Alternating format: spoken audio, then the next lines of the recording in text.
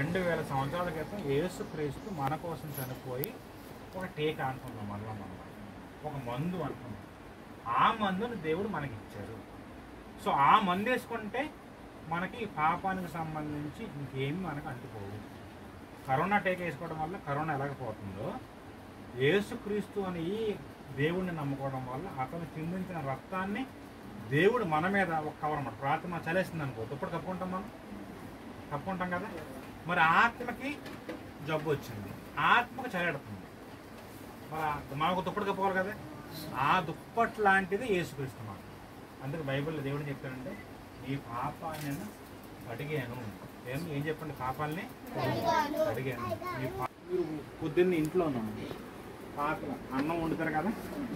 అన్నం వండినప్పుడు ఆ పాత్రలో రాత్రి అన్నం ఉన్న పాత్రలకి కింద అన్నం అంటుకుంటుంది, కొద్దిగా ఫంగస్ పడుతుంది కదా, వచ్చిన స్మెల్ వస్తుంది, కంపు వస్తూ ఉంటుంది కదా, దాన్ని ఏమంటారు, అన్నం చిగురిపోవడం కానీ పాచి పడుతుంది కదా. దాన్ని మీరు ఏం చేస్తారు చెప్పండి, చెప్పండి ఏం చేస్తారు? పడేసి ఏం చేస్తారు? గిన్నెని శుభ్రంగా కడుగుతారు. ఆ పాచి దాంట్లో అన్నం వండుతారా? వండుతారా? వండుతారు. మీరు ఎలా మరి మీరు అంటారు కదా, నేను పాపని, నేను దేవుడిని అంటారు కదా, నేను ఎందుకు పనికిరాను, నేను బూజుని అంతే కదా, నేను బూజు అంతే కదా, నేను మట్టి అంటే నువ్వు బూజే కదా. ఎందుకు పనికిరానంటే ఏంటి దాని అర్థం? మనం పాచి గిన్నెల్లో కడిగేస్తున్నాం, వండేస్తున్నాం. మనం ఏం చేస్తాం, ఇక్కడ గిన్నెని శుభ్రంగా క్లీన్ చేసిన తర్వాత వాసన చూస్తాం, పాచి వాసన రావట్లేదు. అప్పుడు మీ భర్తకి, మీ పిల్లలకి మీరు అన్నం వండుతారు. మీరు ఒక నిర్ధారణకు వస్తారన్నమాట, ఈ పాత్ర శుభ్రంగా ఉంది, ఉందా లేదా? చెప్పండి, నిజంగా మీరు శుభ్రంగా ఉన్న పాత్రలో వండుతారా, లేకపోతే పాచి పట్టిన పాత్రలో వండుతారా? కదా. బైబిల్లో దేవుడు ఏం చెప్పాడంటే, నీ పాపాన్ని నేను కడిగేశాను అన్నాడు. అంటే మీ పాచి పట్టిన ఈ పాపంతో ఇబ్బందులు ఉన్న మిమ్మల్ని నేను నా కుమారుడైన యేసుక్రీస్తు రక్తంతో మిమ్మల్ని పూర్తిగా కడిగేశాను అన్నాడు దేవుడు. అడిగారు లేదా?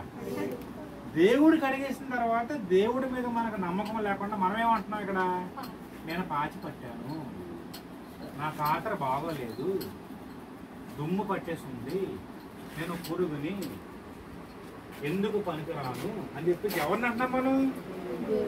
దేవుడిని అంటున్నాం. దేవుడు బాధపడతా ఇన్ని సంవత్సరాలు బాధపడలేదా? ఇన్ని సంవత్సరాలు మనం ప్రార్థన చేసినప్పుడు నిన్ను ధూళిని, నిన్ను దుమ్ముని, ఎందుకు పనికిరాలని చెప్పేసి మనం అనుకుంటున్నప్పుడు బాధపడేది దేవుడు మాత్రమే. ఎందుకు? సగమే కడిగిందా మనల్ని? కొద్ది కడిగిందా? చెప్పాలి, ఎలా కడిగింది?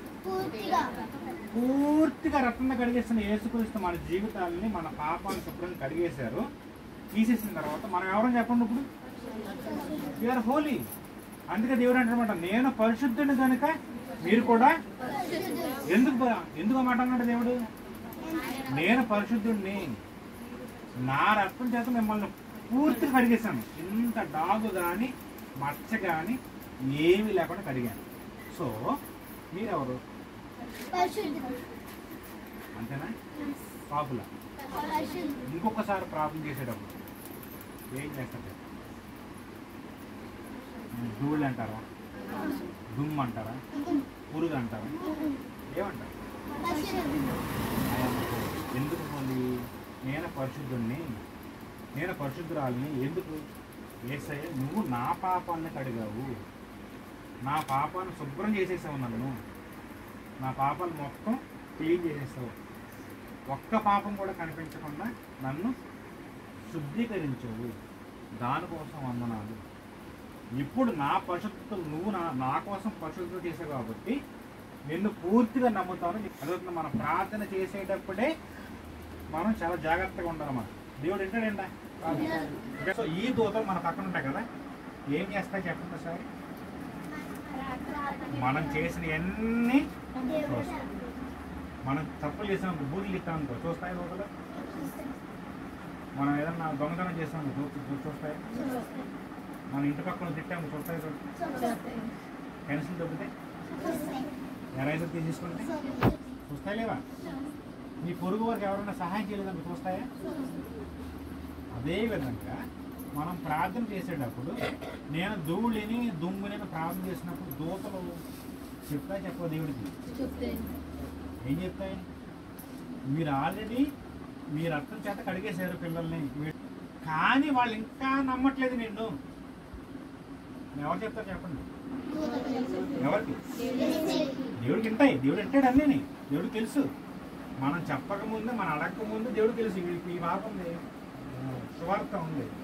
సువార్త పెట్టిన తర్వాత తను ఎలా జీవిస్తారని దేవుడికి తెలుసు ఇప్పటికి కదా.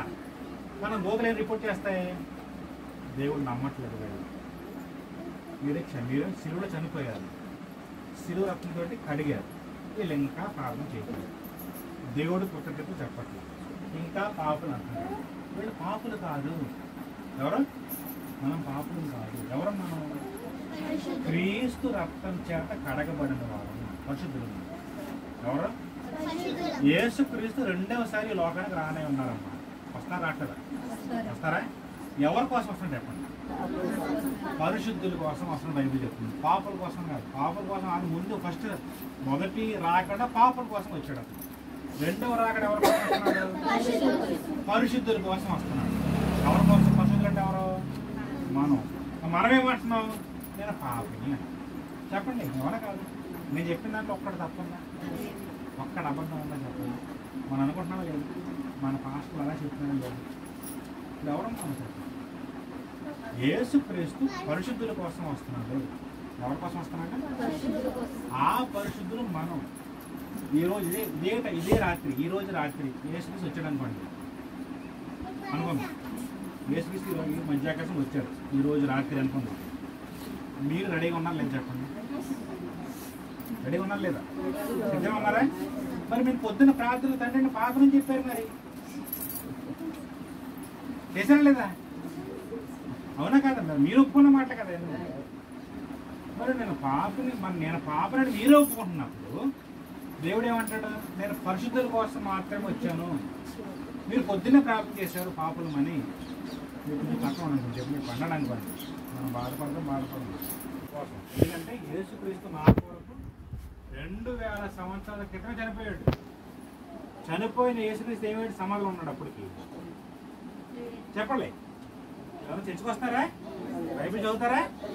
చెప్పండి, యేసుక్రీస్తు ఎక్కడ ఉన్నారు అప్పుడు? చెప్పాలి. సమాధిలో ఉన్నారా? ఎక్కడున్నారు? 3వ దినాన్న లేచి ఎక్కడికి వెళ్ళిపోయారు? పరలోకానికి వెళ్ళారా లేదా? పరలోకం ఎక్కడున్నారు? తండ్రి కుడి పార్శ్వాన కూర్చున్నారు. తండ్రి పక్కన కుడి పక్కన కూర్చున్నారు. పరలోకపు తండ్రి కుడి పక్కన ఎవరు కూర్చున్నారు? అంటే యేసు చనిపోయి తిరిగి లేచాడు లేదా? మరి తిరిగి లేచిన యేసుక్రీస్తు తిరిగి లేచాడు కాబట్టి ఈరోజు నన్ను ఉపవాసం ఉండాలి. చనిపోయింది మీకు నడవాలి. ఎందుకు? మా నాన్న చనిపోయారండి, మా అన్నీ చనిపోయాడు, ఏడుస్తాను. ఎందుకంటే ఇంకా సమాధానం ఉన్నారు కదా, బాధ కదా. మరి యేసుక్రీస్తు తిరిగి వచ్చాడు కదా, ఎందుకు ఏడవాలి మనం? బైబిల్ని తప్పుగా అర్థం చేసుకుంటున్నాము. అదవుతుంది మీకు అందరికీ. బైబిల్ని మనం తప్పుగా అర్థం చేసుకుంటున్నాం. లోక ఆచారాలు కాకుండా యేసుక్రీస్తు తిరిగి లేచారు. చెప్పండి ఒకసారి. ఆయన మనకు వచ్చి రావాలనుకుంటారు. 2 సార్లు వస్తారు. వచ్చారా? వస్తారు కదా. వచ్చినప్పుడు పరిశుద్ధుల కోసం వస్తున్నాడు కాబట్టి నేను పరిశుద్ధులుగా ఉండాలి. అవునా కాదు? పాపుల కోసం వస్తున్నాడా యేసుక్రీస్తు? పరిశుద్ధుల కోసం వస్తున్నాడు. నువ్వు పరిశుద్ధంగా ఉన్నావా లేదన్నది కావాలి. పాయింట్ కదా. దేవుడు ఏమంటాడంటే మీ పాపాన్ని నేను 100% కడిగేశాను. పాచిపట్టిన నీ యొక్క హృదయాన్ని, మీ మనస్సుని, మీ ఆత్మని పూర్తిగా కడిగేశాను. ఎలా కడిగాడంట? తెల్లగా కడిగాడంట. ఎలాగా?